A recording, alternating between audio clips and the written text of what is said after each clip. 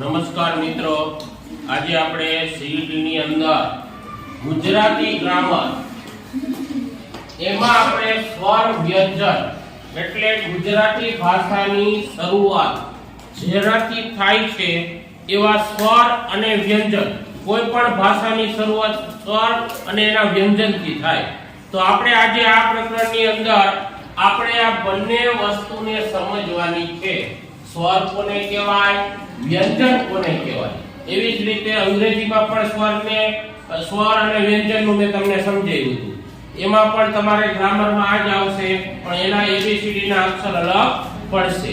એમ આપણે ગુજરાતી ભાષાની વાત કરીએ તો જે વર્ણનું, વર્ણ એટલે અક્ષર, શું અક્ષર, ઉચ્ચારણ સ્વતંત્ર રીતે થઈ શકે તેને સ્વર કહે છે. તો સ્વર કોને કહેવાય?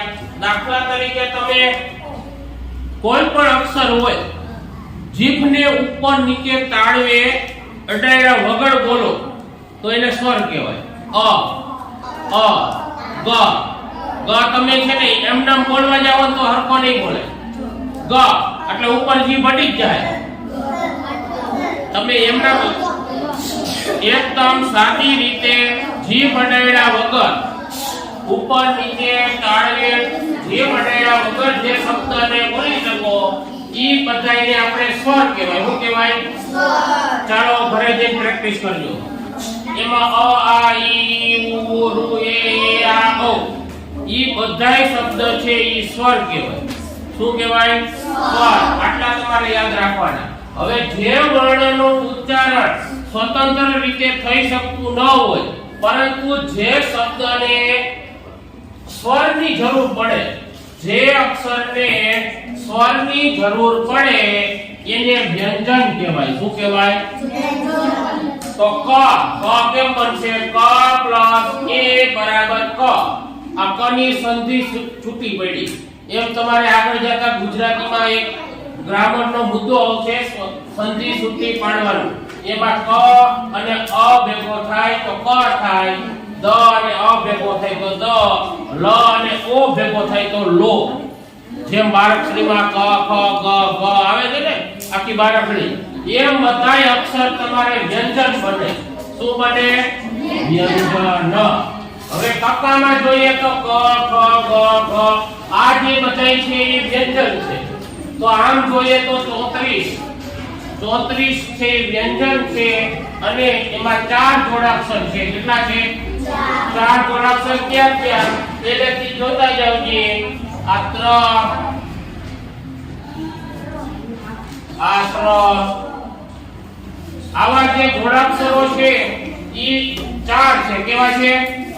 4. એટલે વ્યંજનની સંખ્યા 34 છે, તેમાં આવા 4 જોડાક્ષરો પણ સમાવેશ થાય છે. હવે ચાલો એક આનું ઉદાહરણ જોઈએ.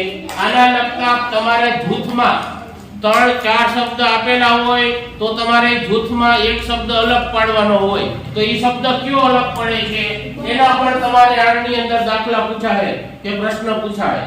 ચાલો અહીંયા ઉદાહરણ છે. અલગ પડતો શબ્દ લખો. અ ઈ બ અને ઉ. કારણ કે બ છે એ શું છે? અને બાકીના બધાય તો એવી જ રીતે 3 તમને વ્યંજન આપેલા હોય, 3 વ્યંજન આપેલા હોય અને એક સ્વર આપેલો હોય, તો એક અક્ષર સ્વર અલગ પડે.